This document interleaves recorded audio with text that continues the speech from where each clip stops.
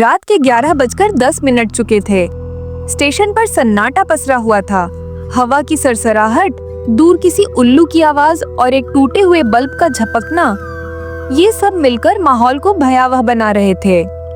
Anirudh platform पर बैठा अपनी घड़ी देख रहा था। वह परेशान था क्योंकि ट्रेन देर से आ रही थी। प्लेटफॉर्म के दूसरी तरफ एक बूढ़ा आदमी फटी पुरानी चादर ओढ़े बैठा था। उसकी आंखें खाली, अंधेरी गुफाओं जैसी थीं। वह लगातार अनिरुद्ध को घूर रहा था। इतनी रात में कौन अकेले सफर करता है? बूढ़े ने धीमे स्वर में कहा, जैसे खुद से बात कर रहा हो। अनिरुद्ध ने उसकी बात अनसुनी कर दी। घड़ी ने 11:20 का समय दिखाया। तभी दूर से ट्रेन की सीटी सुनाई दी। अनिरुद्ध ने राहत की सांस ली, लेकिन ट्रेन की सीटी सामान्य सीटी नहीं थी। ये किसी के चीखने की तरह लग रही थी। जब ट्रेन प्लेटफॉर्म पर रुकी तो अनिरुद्ध ने देखा कि ट्रेन के डिब्बे पुराने और जर्जर थे।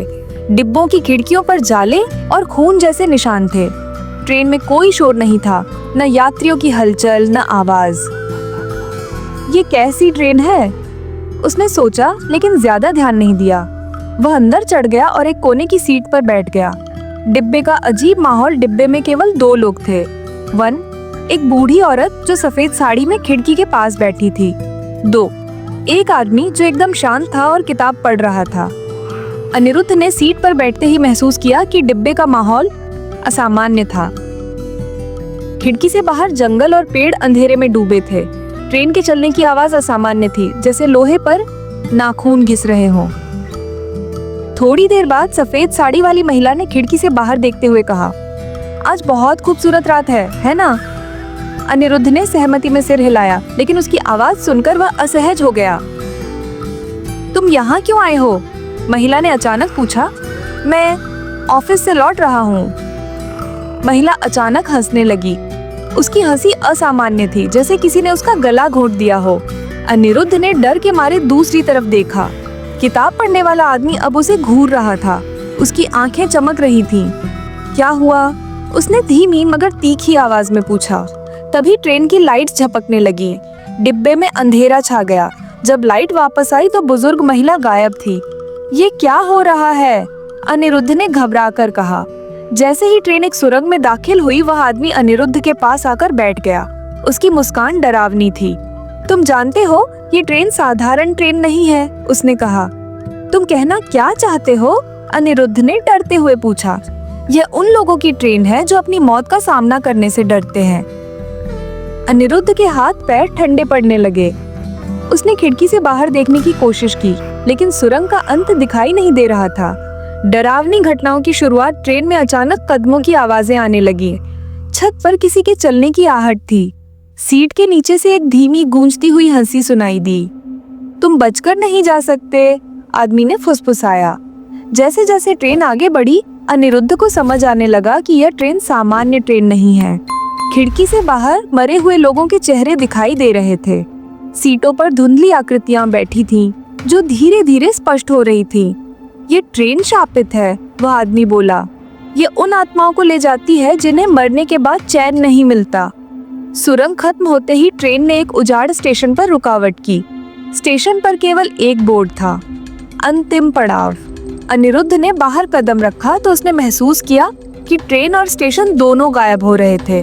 अनिरुद्ध ने अंतिम पड़ाव स्टेशन पर कदम रखा तो चारों ओर सन्नाटा था। वहाँ न कोई यात्री था, न कोई गार्ड। स्टेशन की दीवारें टूटी फूटी और जली हुई थी। वहाँ की हर चीज जैसे किसी भयानक घटना की गवाह थी। स्टेशन पर लगा बोर्ड अंतिम पड़ाव पर धुंध छाई हुई थी, जिससे शब्द धीरे धीरे गायब होते जा रहे थे।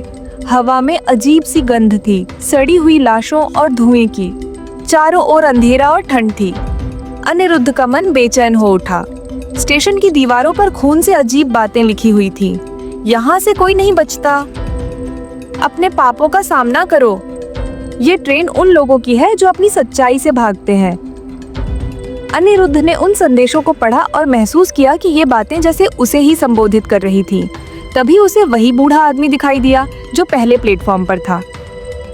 अब उसका चेहरा और ज्यादा डरावना था। उसकी आंखें पूरी सफेद थीं और उसके होठों पर एक खतरनाक मुस्कान थी। तुम यहाँ क्यों आए हो? बूढ़े ने धीमी लेकिन ठंडी आवाज में पूछा। मुझे नहीं पता, मैं बस घर जाना चाहता हूँ, अनिरुद्ध ने डरते हुए जवाब दिया। ये ट्रेन घर ले जाने के लिए नहीं है, बूढ़ा बोला। यह उन आत्माओं को ले जाती है जो अपने पापों से भागती हैं। अनिरुद्ध ने स्टेशन के फर्श पर देखा। वहां पर जले हुए कंकाल बिखरे हुए थे, उनकी हड्डियां काली और टूटी हुई थीं। तभी उसके चारों ओर काले धुएं से बनी छायाएं बनने लगीं। वे धीरे धीरे इंसानी रूप ले रही थीं। उनकी आंखें खाली थीं और उनके चेहरे पर अजीब मुस्कान थी। तुम भी हमारे जैसे बनोगे, एक छाया फुसफुसाई। अनिरुद्ध का दिल तेजी से धड़कने लगा। उसने चारों ओर देखा, लेकिन भागने का कोई रास्ता नहीं था। स्टेशन के कोने में एक पुरानी फटी हुई किताब पड़ी थी। धुंध और ठंड के बावजूद किताब के पन्ने साफ थे, जैसे वह किसी जादुई ताकत से संरक्षित हो। अनिरुद्ध ने कांपते हुए किताब को उठाया और पढ़ना शुरू किया। पन्नों पर लिखी कहानी राजा ध्रुव सिंह की थी, जो एक लालची और क्रूर राजा था। उसने एक ऐसी ट्रेन बनवाई थी जो उसके खजाने और सैनिकों को युद्ध के मैदान तक ले जाए। लेकिन यह ट्रेन सिर्फ खून खराबे और मौत का जरिया बन गई। राजा ने ट्रेन के निर्माण के लिए गरीब मजदूरों का खून बहाया और कई निर्दोष लोगों को मार डाला। एक दिन एक संत ने राजा को श्राप दिया। यह ट्रेन अब पापियों का घर होगी। यह उन आत्माओं को ले जाएगी जो अपने पापों से मुक्ति नहीं पा सकी। इसे पकड़ने वाले कभी लौटकर नहीं आएंगे। जैसे जैसे अनिरुद्ध ने यह पढ़ा, उसे अपनी पुरानी गलतियां याद आने लगीं। उसने अपने दोस्त को एक बिजनेस डील में धोखा दिया था। उसने गरीब किसानों की जमीन हड़प ली थी। उसकी वजह से कई लोग अपनी रोजी रोटी खो चुके थे। क्या यह ट्रेन मुझे मेरे पापों का हिसाब चुकाने के लिए ले आई है? उसने खुद से पूछा। जैसे ही अनिरुद्ध ने किताब को बंद किया, स्टेशन की लाइट्स झपकने लगी। चारों ओर अंधेरा और चीखें भर गई। स्टेशन की दीवारों से निकलती हुई छायाएं उसकी ओर बढ़ने लगीं। तुम भाग नहीं सकते, तुम्हें अपने पापों का सामना करना होगा। हम भी कभी तुम्हारे जैसे थे। अनिरुद्ध ने चारों ओर देखा। उसे स्टेशन की हर दिशा बंद दिखाई दी। छायाएं उसकी तरफ बढ़ने लगीं और उनकी आवाजें तेज होती गईं। डर से पागल होकर अनिरुद्ध ने स्टेशन से भागने की कोशिश की। वह दौड़ा, लेकिन हर बार वह वहीं लौट आता जहां से उसने शुरुआत की थी। ये जगह एक जाल है, उसने खुद से कहा। तभी उसे ट्रेन की सीटी सुनाई दी। वह वापस उसी प्लेटफॉर्म पर पहुंचा जहां ट्रेन खड़ी थी। ट्रेन अब पहले से भी ज्यादा भयानक लग रही थी। डिब्बों पर खून के निशान थे। खिड़कियों से परछाइयां उसे घूर रही थीं। ट्रेन से दर्दनाक चीखों की आवाजें आ रही थीं। तुम्हें चढ़ना ही होगा, बूढ़े आदमी ने कहा, जो अब ट्रेन के गार्ड की वर्दी पहने खड़ा था। अनिरुद्ध के पास और कोई रास्ता नहीं था। डरते हुए उसने ट्रेन के अंदर कदम रखा। डिब्बे के अंदर का दृश्य बेहद डरावना था। हर सीट पर जले हुए या सड़े हुए शरीर बैठे थे। ट्रेन की दीवारों पर खून से अजीब संकेत बने थे। हर कोने से धीमी धीमी हंसी और रोने की आवाजें आ रही थीं। ट्रेन चलने लगी। खिड़की के बाहर अब अंधेरा और धुंध थी।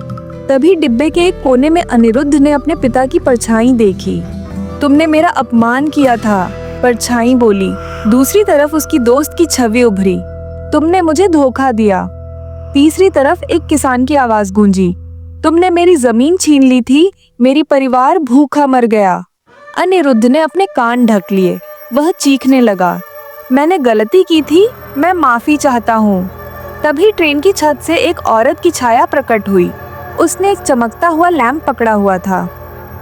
तुम्हारे पास केवल एक मौका है।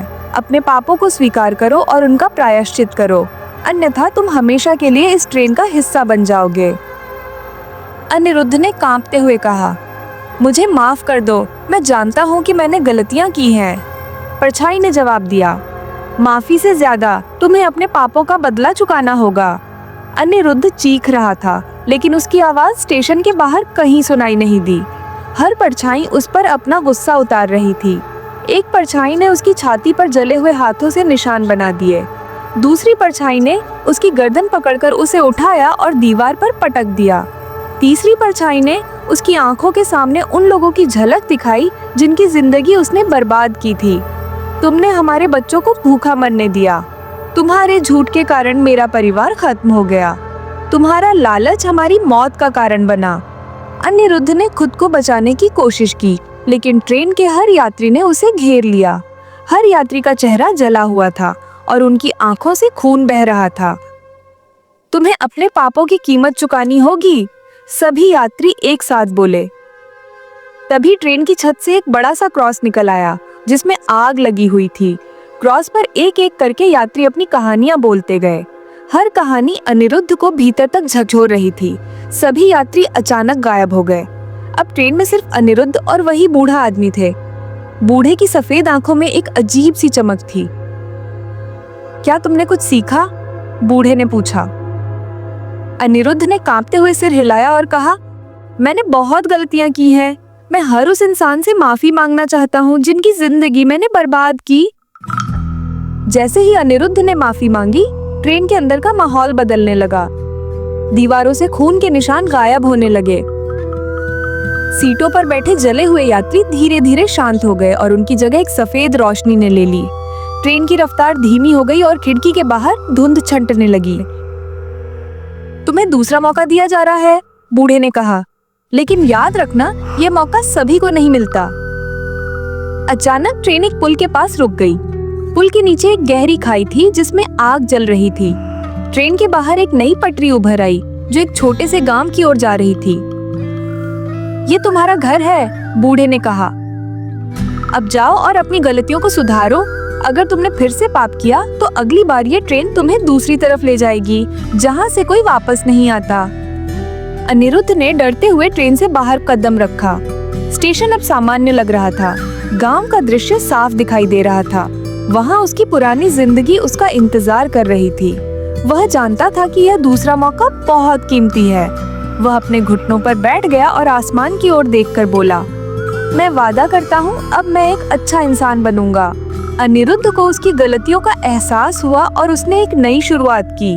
लेकिन क्या वह वाकई अपने वादे पर कायम रह पाएगा या ट्रेन का श्राप फिर से उसकी जिंदगी में लौट कर आएगा? कहानी यहीं खत्म होती है, लेकिन ट्रेन का रहस्य शायद कभी खत्म न हो, क्योंकि जो भी इसके अंदर जाता है वह अपनी कहानी के अंत तक पहुंचने के लिए भी खुद जिम्मेदार होता है। क्या आप भी इस ट्रेन का हिस्सा बनना चाहेंगे? सोचिए।